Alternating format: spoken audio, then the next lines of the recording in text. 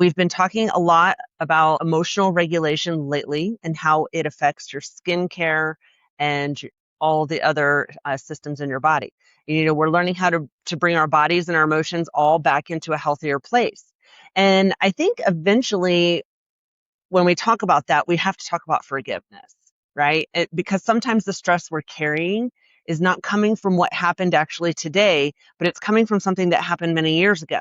It could be something as simple as something someone said, something they did, or maybe even just an entire season where you felt rejected or criticized, maybe even betrayed, or blindsided by something, right? And so, even though that happened many years ago and you've moved on since then, that's what we do. We're really good at it. But moving on and healing are not actually the same thing. And it's really hard to make life beautiful again when there's a part of you that is still holding on to that moment in time that hurt you. And so today I want to talk about forgiveness, but probably in a little bit of a different way than you've heard it before, because I don't want you to just forgive so that you can get over it, right? I want you to begin seeing what God may have done with you and through you in those years. And so there's a lot of really cool things to look at: the strength that He built in you, the wisdom that you gained from it, the things that you can now see differently than you did before, and maybe even now the woman you became because of what you had to walk through that you probably would have never chosen on your own. Because Romans 8:28 does tell us that God works all things together for the good of those who love Him. And it doesn't say that everything that happens to us is good, right? But God is very, very good at refusing to waste any of the things that happen. And that is where I want you to go today with me. How do we forgive and begin to see the gold that God has been putting into some of those cracks in our lives? And so if you're new here, this might feel like a little bit of a different conversation for a health and beauty strategist, I know. But emotional regulation is actually one of my pillars of beauty, because I don't believe beauty is only about what we put onto our skin and what we see when we look in the mirror. We are body, mind, and spirit. And so when one of those areas is carrying something heavy for a long time, eventually it starts showing up everywhere else in our lives too, right? It can show up in how we sleep, the way we hold tension in our face and in our bodies, the way we react to things, the way we talk to ourselves. And so even the way we show up around other people. And so this is a big part of why I started making life beautiful again in the first place. I want women to feel good in their skin, and I also want them taking care of their health. But having fun with skincare and face exercises and fashion and all those things, that's only the beginning. I want us to actually enjoy life that we're working so hard to make beautiful. And sometimes those are the things that are under the surface and they're really difficult to see and access.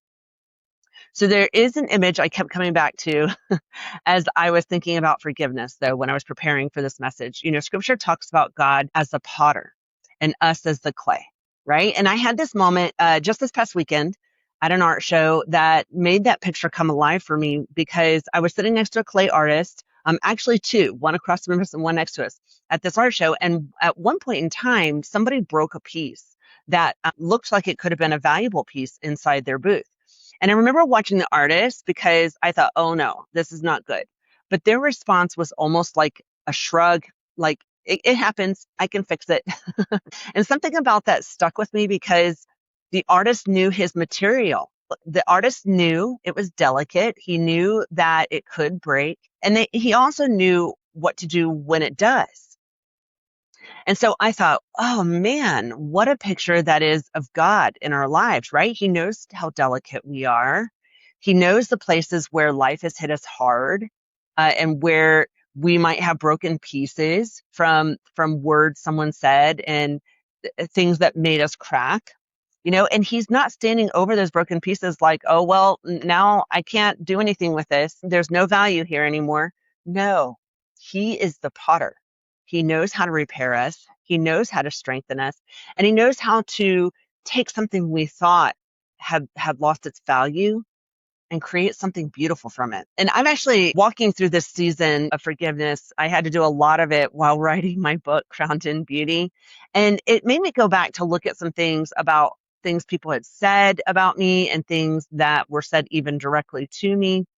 And some of those words for sure hurt and have stuck with me and have even defined how I've lived my life. But some of them, sadly, they stick around longer than you want them to. And I had to look at those experiences. And surprisingly, when you read my book, you'll see, but towards the end of the book, I came to a place of forgiveness where I almost wanted to go back and hug and kiss those people, right? And listen, I'm not saying I suddenly liked what they did.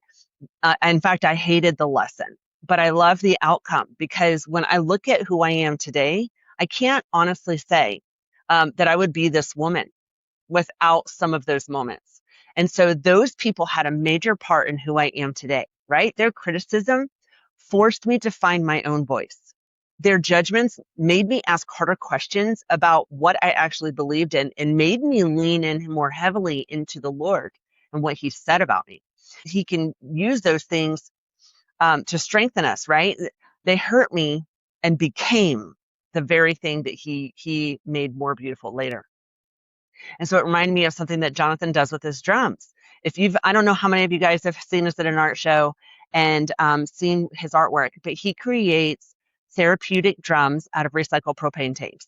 And, for a long time, if a propane tank came in and it was dented, it was a problem. So it would get discarded and set aside. And they were a little bit harder to work with, right? To tune, and they took more time to design and build. But Jonathan knew that there was something there still of value. And so at one point in time, he looked at them and he saw something different. He realized there was something special about those dented ones. And so instead of throwing them away, he began turning them into wall art, you guys. It's so beautiful. He spends more time with these pieces and he works with those dents instead of pretending that they're not there and trying to cover them up. And so when he's finished, they're not just a leftover piece or damaged pieces. They're a masterpiece. He takes these and turns them into special things because of the damage that's been done to them. I hope you guys are hearing what I'm trying to say. So in the end, they end up becoming more valued, 2 to 3, maybe even 4 times more the cost of that original piece would have been worth, right? And that makes me think about that Japanese art, kintsugi, right? So when that pottery breaks, the artist doesn't try to hide the cracks. He tries to accentuate them with more valuable ingredients, and traditionally with gold. And so it draws attention to those cracks and makes them even more beautiful. The crack becomes part of the art. And so maybe this is something that we need to hear today, because we spend so much time wishing certain parts of ourselves and our story had never happened. We wish that person had not said that thing or treated us differently, or I had gotten that job, or we didn't go through that season. And I completely understand that. But what if, instead of asking, why did this happen to me, we also begin to ask God, like, what have you done with this? Right? Where did He make you stronger? And where did He give you more wisdom?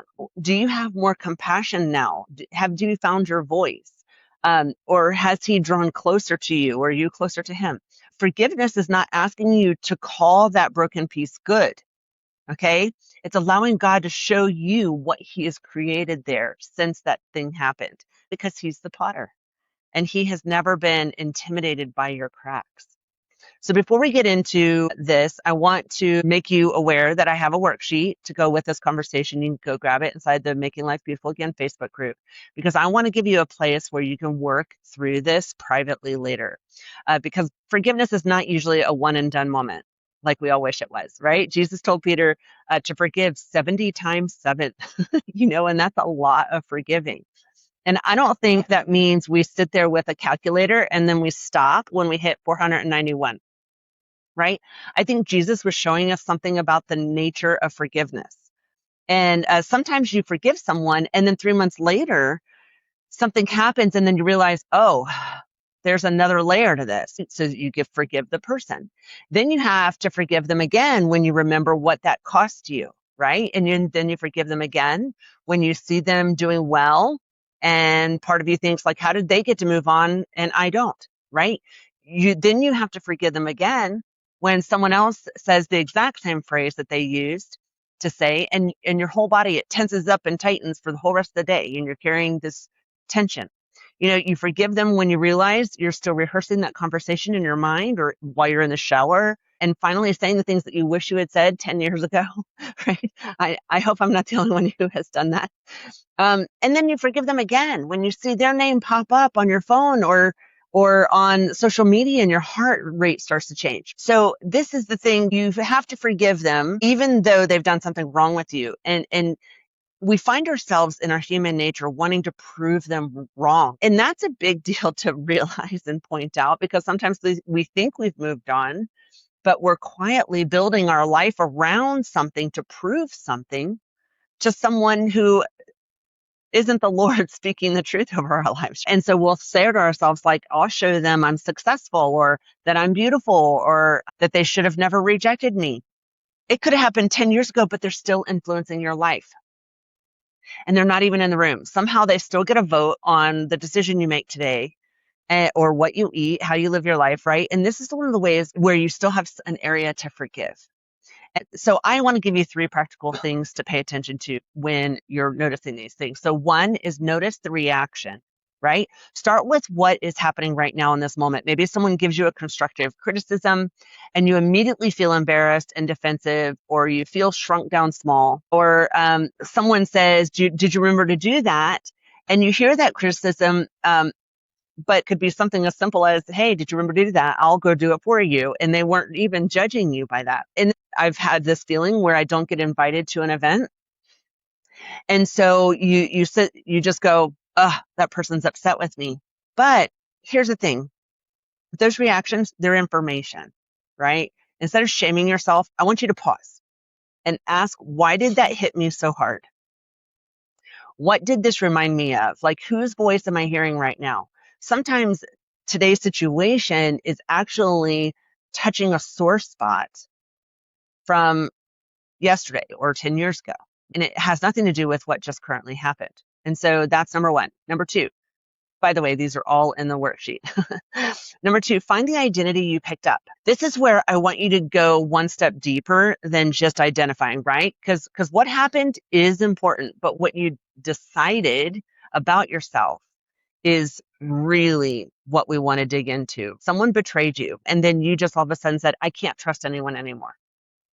Or they criticized you, and you say, I can never get it right.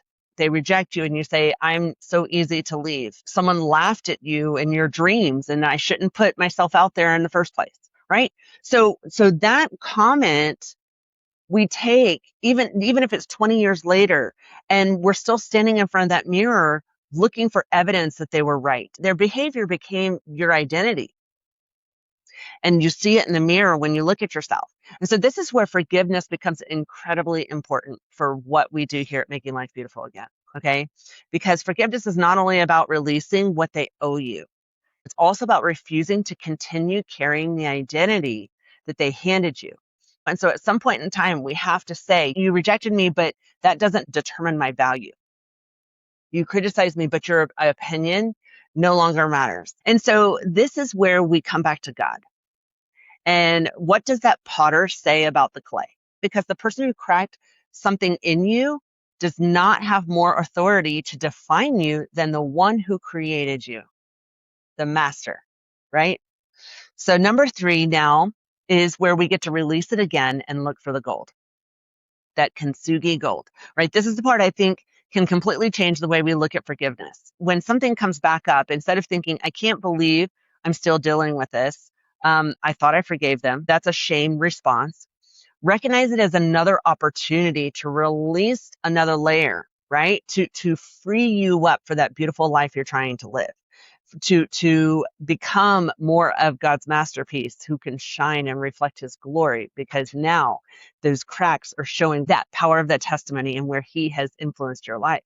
Right? So you might want to just simply pray, like, God, I forgive them again for this part that they played. I forgive them for what they said. I forgive myself for the years I spent believing it. I forgive them for the opportunities I may have missed because I was afraid, right? I forgive myself for being afraid. right? It's a never ending thing. So I can forgive them for never apologizing to me, for being able to move on forward without me before I was able to move on. Like, I want you to be specific in that prayer to the Lord, right? When you're laying it at his feet, because sometimes we forgave the event, but we haven't forgiven all the consequences and the layers that come with it. So then I want you to add one more question, like, God, show me the gold. Like, don't not convince me this terrible thing was actually wonderful, right? We're not trying to say that this was a wonderful event or a good event, but we're asking, what have you built in me that wasn't there before? So maybe the criticism taught you what you believe instead of constantly looking for approval, or the rejection taught you that you can survive when you're not being chosen, or betrayal taught you discernment, or being silenced is part of why you finally found your voice, right? So the woman that is standing there in front of that mirror, desperately needing everyone to like her, has now become a woman who can obey God even when someone misunderstands her. My biggest fear when I started making life beautiful again and getting on these camera rolls and putting it out there, these replays on YouTube, was that people were going to misunderstand me. And you know what? I no longer let that keep me from sharing what God has for me to say. So here's what I want you to, the new point of view, right? You aren't the rejected woman anymore. You're the woman who knows she's chosen by the one who matters, right? You aren't the woman who has to prove herself anymore. You're the woman who knows her value and where it comes from. You aren't the woman waiting for somebody to come back and make the past right. You're the woman who can put that debt back into God's hands and keep walking, because you know that the debt has been paid. He sent his son on the cross. There's no debt left, right? Not for you or them. And so this is the practical thing, though, that I want you to do this week. Okay. When you have a reaction that feels bigger than that moment, don't immediately push it away and judge it. Pause and walk through these three questions if you can. What did this touch? What did I believe about myself because of this moment? And then who does God say I am instead? Like, if you could distill this whole message all into those three questions, that's what I want you to do. And then forgive whatever layer God is bringing up, because there'll be another layer later, and you don't have to worry about that today. Tomorrow's worries all get to be there tomorrow. Worry about what has to be done today. And so if another layer of forgiveness comes up, forgive again and again and again, right? 70 times 7. Because every time we do, we're taking one more piece of our identity out and someone else's hands and putting it back where it belonged in the first place, right? With the potter. And over time, I think we start seeing something else too. You know, we stop looking at our story and only seeing the people who hurt us and as ourselves as being victims. And we begin seeing the fingerprints of God who kept working on us through all of it, right? Thank the Lord, he didn't leave me, and he will finish the work he has promised. And so this is actually a really special week for me, because so much of what we are talking about today is woven into um, the heart of what I wrote in Crowned in Beauty. And so writing this book made me look at many of my own cracks, the things people said and did, and the places where I hid because of it. And somewhere in that process, I stopped seeing those things only as evidence of what had hurt me or who I am. And I started to see what God had built in me through those moments, right? So because of those cracks, I get to be here today. So that is such a big part of what Crowned in Beauty is all about, and is about preparing for the woman God is still calling you to become. And so the waitlist is officially open. You can go to www.michelledayrose.com, and that will be in the show notes. But I would love for you to join that list and be with us. That's where I'll share book updates and some behind the scenes things. And hopefully as we get closer, I'll have more information for you. So if this message today, though, is hitting something in you and you have been feeling like maybe God is preparing you for another season, go join that wait list, because I promise that book is going to help add to today and give you a new point of view. Before we wrap, I want to remind you about something really fun coming up. August 19th, we're going to be celebrating Making Life Beautiful Again's 100th live stream. And so that'll be done inside the Facebook group. And it'll be a party, but we are going to have my new it'll be debuted, my 12-minute facelift using frequencies. That's a method I've been working on and I'm really excited about. And so you can come and experience it live. All right. And then next week, we're going to be shifting gears a little bit and talking about summer skin SOS for midlife women, because summer can do a number on our skin: heat, sun, dehydration, travel, sweat, changes in routine, all of it. So next week, I'm going to help you figure out what your skin may be asking for right now and what to do about it without making any guesses or changing anything complicated to your routine.